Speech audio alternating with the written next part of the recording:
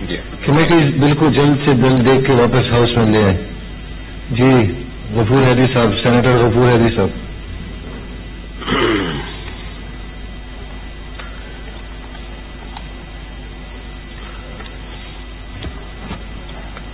الحمد لله رب العالمين والصلاة والسلام على أشرف الأنبياء والمرسلين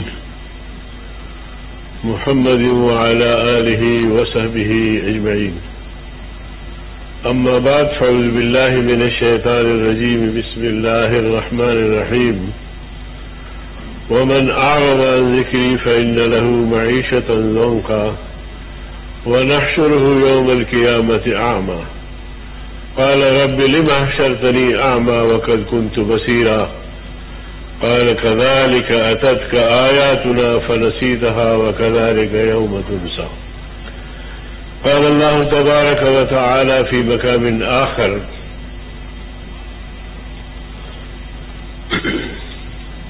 صدق الله العظيم. جناب ڈپٹی چیئرمین، سب سے پہلے تو آپ کو چیئر کرتے ہوئے مبارکباد پیش کرتا ہوں. میں آپ کو پہلی مرتبہ دیکھ رہا ہوں، شاید آپ نے پہلے بھی چیئر کیا ہوگا. اللہ تعالیٰ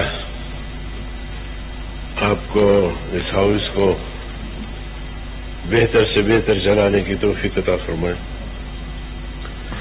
جناب والا، 2021 اور 22 کا جو بجٹ پیش کیا گیا ہے، جس پر کافی دنوں سے اراکین بحث کر رہے ہیں، کوئی کہتا ہے کہ یہ ایسا بجٹ ہے جو ماضی میں کبھی ایسا بجٹ پیش نہیں ہوا، عوامی بجٹ ہے. تو دوسرا ممبر کہتا ہے کہ اس بجٹ میں عوام کے لیے کچھ نہیں ہے. اور میں بھی انہی لوگوں میں شامل ہوں جنہوں نے اس بجٹ کو مسترد کیا ہے. جناب والا، یہ بجٹ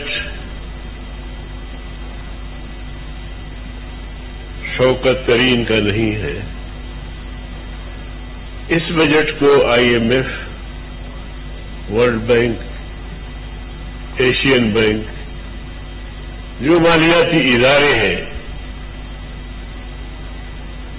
انہوں نے اس کی تشکیل کی، مسودہ بنایا اور شوکت ترین کے ہاتھ میں تھما دیا کہ یہ آپ نے پڑھنا ہے. کیا وجہ ہے؟ شوکت ترین صاحب 2 ہفتے پہلے تو کہتا ہے کہ ہماری معیشت ڈوب رہی ہے، ہم دیوالیہ ہونے جا رہے ہیں، ہم نے معیشت کو تباہ کر دیا. اور 2 ہفتے بعد وہ ایک ایسا بجٹ پیش کرتا ہے کہ دیوالیے سے ملک بچ گیا، معاشی طور پہ 2 ہفتے میں ملک مستحکم ہو گیا. اور جناب والا، پھر ایک ایسا بجٹ کہ کہتے ہیں کہ ماضی میں اس کی مثال نہیں ملتی. تو 2 ہفتے 3 ہفتے پہلے شوکت عزیز کا جو کہنا تھا، یا وہ سچ ہے یا بعد میں جو اس نے بجٹ پیش کیا وہ سچ ہے. جھوٹ کون سا ہے، سچ کون سا ہے؟ تو جناب چیئرمین، اس حکومت کی بنیادی جھوٹ پر مبنی ہے. آپ بخوبی جانتے ہیں کہ عمران خان نے یہ کہا تھا کہ اگر میری حکومت آئی تو میں IMF کے پاس نہیں جاؤں گا، کسی ورلڈ بینک کے پاس نہیں جاؤں گا، ایشین بینک کے پاس نہیں جاؤں گا، کسی مالیاتی ادارے سے قرضے نہیں لوں گا. اور اگر ایسی نوبت آتی ہے تو پھر بہتر یہ ہوگا میرے لیے کہ میں خودکشی کروں. آج آپ کا State Bank I M F کے قبضے میں، آپ کا F B R I M F کے قبضے میں، آپ کا وزارت خزانہ آئی ایم ایف کے قبضے میں، اور قرضے اور وہ مراعات و شرائط وہ تو ایک الگ چیز ہے. تو کیا میں یہ نہیں کہہ سکتا کہ اب تو خودکشی بنتی ہے؟ یعنی مسلسل اپنے ان وعدوں کی خلاف ورزی کرنا یہ جھوٹ نہیں تو اور کیا ہے. نوجوانوں سے کہا گیا کہ ہماری حکومت آئی 1 کروڑ نوجوانوں کو ملازمت فراہم کر. 3 سال گزر گئے، کیا اب تک 60 لاکھ لوگوں کو انہوں نے ملازمتیں دی ہیں؟ 60 لاکھ لوگوں کو، نوجوانوں کو انہوں نے ملازمتیں دی ہیں.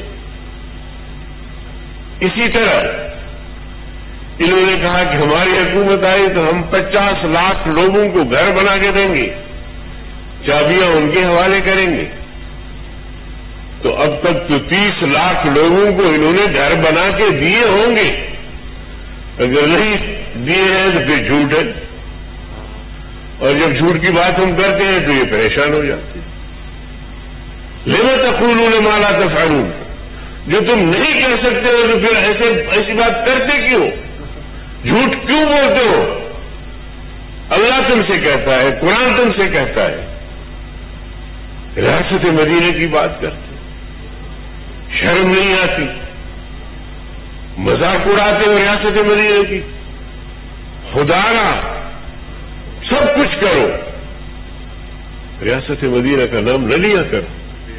یہ مذاق کے لیے تم نے ریاست مدینہ؟ 3 سال میں آپ ایک بات بتائیں کہ ریاست مدینہ کی طرف تم نے کون سی پیشرفت کی ہے؟ سودی نظام آپ کے ملک میں چل رہا ہے. سودی نظام کو پیغمبر کریم صلی اللہ علیہ وسلم نے فرمایا کہ سودی نظام اور سود یہ اللہ اور اللہ کے رسول سے جنگ ہے. اس جنگ میں تم مبتلا ہو، ریاست مدینہ کی بات کرتے ہو. ریاست مدینہ وہ دور خلفائے راشدین کا دور تو آپ چھوڑیے. سیدنا عمر بن عبدالعزیز جو بعد میں وہ امیر بنتے ہیں، اس کے دور میں کہتے ہیں کہ بھیڑیے اور بکریاں ساتھ چرا کرتی تھی، ساتھ چرا کرتی تھی. ایک دن ایسا ہوا جناب چیئرمین کہ ایک بھیڑیے نے بکری کو کاٹا تو اس چرواہے کی آنکھوں سے آنسو نکلے. اس کے دوستوں نے کہا یار ایک بکری کے لیے تم روتے ہو؟ اس نے کہا نہیں، میں بکری کے لیے نہیں روتا، میں اس امیر المومنین کے لیے روتا ہوں. اور میری چھٹی مجھے کہہ رہی ہے کہ آج امیر المومنین کا سایہ ہمارے سروں پہ نہیں رہا، شاید وہ انتقال کر گیا.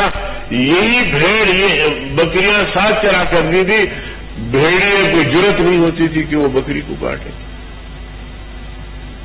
اسلام، شریعت، قرآن و سنت، ریاست مدینہ، اس کا ایک اپنا اثر ہے. 13 سالہ مدنی دور میں آپ دیکھیں کہ چند گنے چنے جرائم ہوئے ہوں گے. یہاں تو جرائم کا انبار لگا ہوا ہے. اور پھر آپ اپنی اس دور کو، میں صرف عمران خان سے کہنا چاہوں گا کہ آپ کی یہ جو 6 فٹ کا قد ہے یہ بھی ایک ریاست ہے.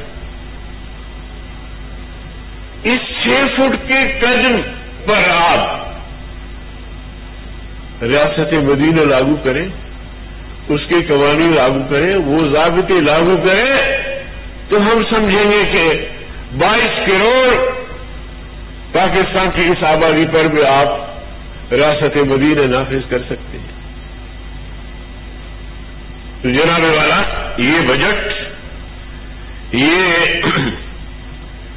IMF کی شرائط پر مبنی بجٹ ہے. مہنگائی اس رفتار سے دوڑ رہی ہے,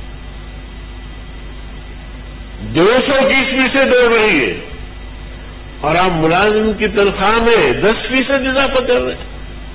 شرم کی بات ہے. 10%. صوبے میں 25% اضافہ کر رہے ہیں, اور آپ کہتے ہیں مثالی بجٹ ہے, اور اس مثالی بجٹ میں ملازمین کے لیے کیا رکھا ہے؟ غریب جو تعمیرات میں کام کرتے ہیں, گھروں میں کام کرتے ہیں, میں پوچھنا چاہتا ہوں کہ کیا 20,000 سے کسی غریب کا گزارا ہو سکتا ہے؟ اس کا علاج معالجہ ہو سکتا ہے؟ وہ بجلی کا بل دے سکتا ہے؟ وہ گیس کا بل دے سکتا ہے؟ وہ پانی کا بل دے سکتا ہے؟ وہ دوائیاں خرید سکتا ہے؟ وہ اپنے بچوں کو پڑھا سکتا ہے؟ ان کے لیے کتابیں خرید سکتا ہے؟ ریاست مدینہ بنانے نکلے ہیں, اور وزیر اعظم کی تنخواہوں میں جو گزشتہ سال میں 41 کروڑ ہے, 41 لاکھ ہے منتھلی, اس سے بھی زیادہ, اور اب جناب علی وہ 56 لاکھ سے بھی زیادہ ہو گیا ہے. وہاں تو لاکھوں میں اضافہ ہے, اور ہم ادھر مل رہے تھے MLAs کی تنخواہوں میں, سینیٹرز کی تنخواہوں میں اضافے کے لیے, تو سب نے مخالفت کر دی کہ جی یہ, اور وہاں وزیر اعظم کی تنخواہ میں اضافہ وہ بجٹ میں سارا کچھ لایا جا رہا ہے. تو جناب والا اس بجٹ کو کیسے میں عوامی بجٹ کہوں؟ کس طرح میں اس کو عوامی بجٹ کہوں کہ آپ GDP گروتھ دیکھیں. اس دفعہ میں کہتا ہوں کہ پچھلی بجٹ میں پھر بھی کسی نہ کسی درجے میں تھوڑی سی کہیں سچائی تھی. اس دفعہ تو کتاب کا پیٹ بھر دیا گیا ہے, جیسے کیسے انہوں نے شو کر دیا ہے کہ جی GDP گروتھ, اور پھر اس کے ساتھ ساتھ جناب علی یہ جو خسارہ ہے, اور ادھر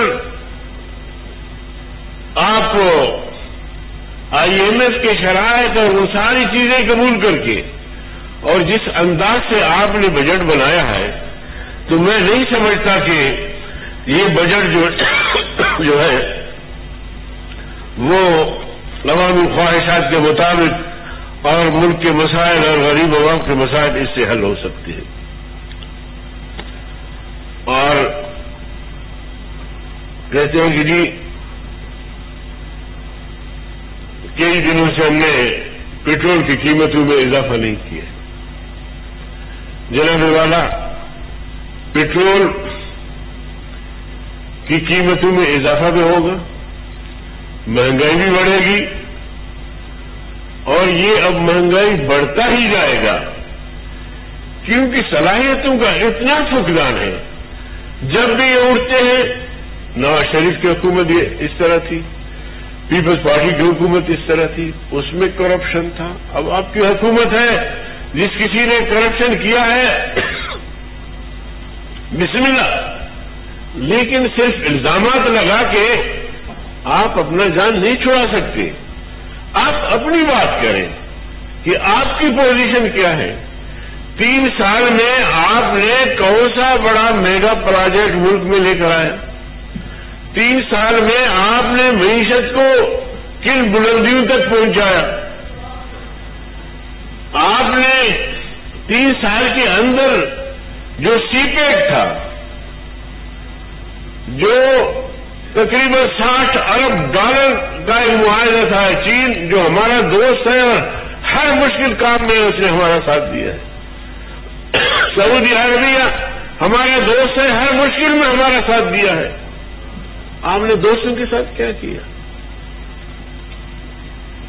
اعتماد سازی کے لیے کئی سال لگتے ہیں, اعتماد کو ختم کرنے کے لیے ایک بیان داغنا بھی کافی ہوتا ہے. آپ نے کیا کیا؟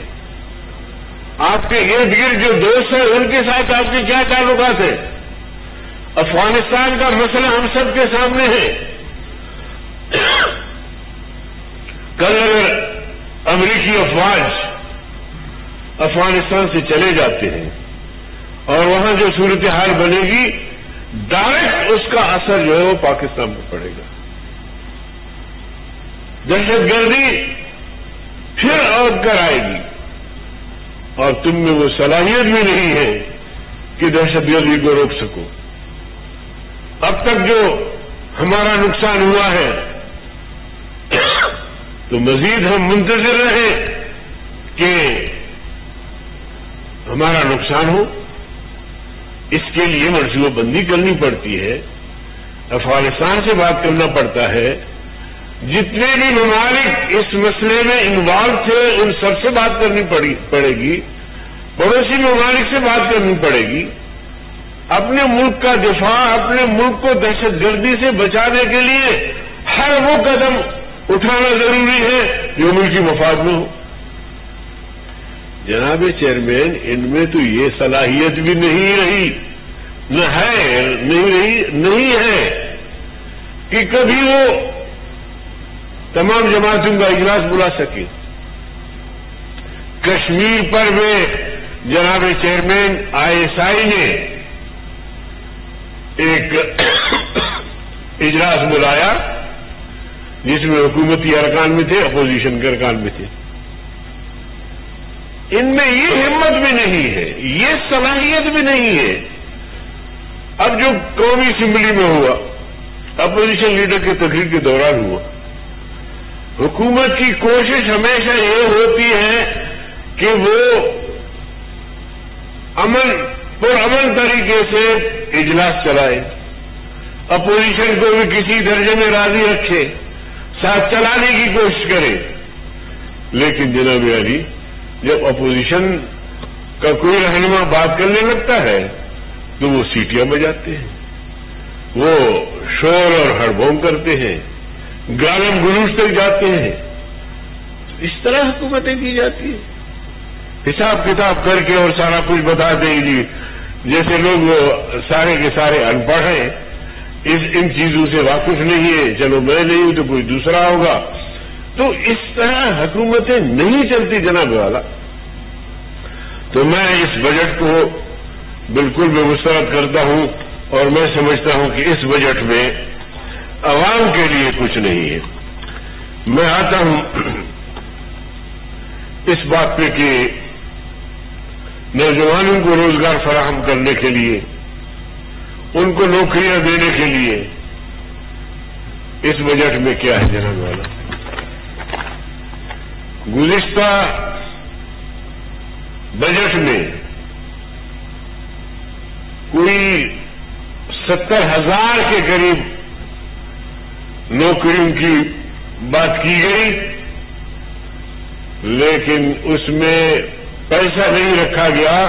تو جو نوکریوں کے لیے بجٹ میں آئے تھے تو وہ سارے کے سارے لیپس ہو گئے. اور اسی طرح میں سمجھتا ہوں کہ وعدے جو انہوں نے کیے ہیں غریب عوام کے لیے کہ گھر بنا کے دیں گے یا نوکریاں دیں گے، اس حوالے سے یہاں کچھ بھی نہیں ہے. میرا صوبہ جناب چیئرمین انتہائی پسماندہ صوبہ ہے اور تقریباً پاکستان کا آدھا حصہ ہے. اور اس غریب صوبے کو NFC ایوارڈ کے حوالے سے یا جو اس کا اپنا بجٹ بنتا ہے جو بھی ہے، اگر اس حوالے سے ہم اس صوبے کو رکھیں گے کسی وفاق سے جو اس کو پیسہ ملتا ہے اس کے آبادی کے مطابق اور اسی سے بلوچستان صوبہ ترقی کرے گا، تو میں نہیں سمجھتا کہ 100 سال بھی گزر جائے نہ بلوچستان کی سڑکیں بن سکے گی، نہ تمام گاؤں کو بجلی مل سکے گی، نہ وہاں صاف شفاف پانی لوگوں کو میسر ہوگا. کیونکہ کوئی بھی اسکیم اگر آپ ایک گاؤں سے دوسرے گاؤں تک لے جائیں گے تو وہ اس کو زمین سے جانا ہوتا ہے، چاہے وہ واٹر سپلائی کا پائپ لائن ہو، چاہے وہ بجلی کے کھمبے ہوں، چاہے وہ گیس پائپ لائن ہو. تو اگر اس حساب سے جو بلوچستان کا بجٹ ہے یا جو NFC ایوارڈ کے تحت اس کو کچھ پیسے ملتے ہیں، اس پیسے سے بلوچستان کبھی ترقی نہیں کرے گا. اور بلوچستان کے حوالے سے یہ ہمیں بتائیں کہ کون سے بڑے پروجیکٹ ہیں جو اس سال یعنی 21 اور 22 کے درمیان جو انہوں نے اس کے لیے بجٹ مختص کی ہے یا پیسے رکھے ہیں، کون سے وہ پروجیکٹس ہیں جس سے بلوچستان ترقی کے شاہراہ پہ گامزن ہو، وہ بھی بتا سکتے ہیں، بتائیں. لیکن میں سمجھتا ہوں کہ اس بجٹ میں مجھے کوئی کھنگالنے کے باوجود بھی کوئی چیز ایسی نظر نہیں آئی. تو جناب والا، بلوچستان محروم ہے اور پسماندہ ہے، اور اسی طرح اگر اس کو اسی طرح رکھا گیا تو 100 سال میں بھی بلوچستان جو ہے وہ اپنا ترقی یا صوبوں کے برابر نہیں آ سکے گا. تو اس لیے میں ڈیمانڈ کروں گا، میں مطالبہ کروں گا کہ بلوچستان، پورے بلوچستان کو ایک مخصوص پسماندہ علاقہ قرار دے کے ہنگامی بنیادوں پر اس کے لیے فنڈ مختص کیے جائے اور وہاں ترقیاتی کام کیے جائے تاکہ بلوچستان باقی صوبوں کے برابر آ سکے. تو حکومت کی تو حالت یہ ہے کہ جس کھیت سے دہقان کو میسر نہ ہو روزی، جس کھیت سے دہقان کو میسر نہ ہو روزی، اس کھیت کے ہر گوشہ گندم کو جلا جو ناقائم رکھ سکے انتظام میں قدر، جو ناقائم رکھ سکے انتظام میں قدر، چھین لو ان سے انتظام میں قدر. والسلام علیکم ورحمۃ اللہ. جی سینیٹر دنیش کمار صاحب. بہت بہت شکریہ جناب چیئرمین. سب سے پہلے تو میں موضوع ایوان کو بات دیتا ہوں کہ یہاں پر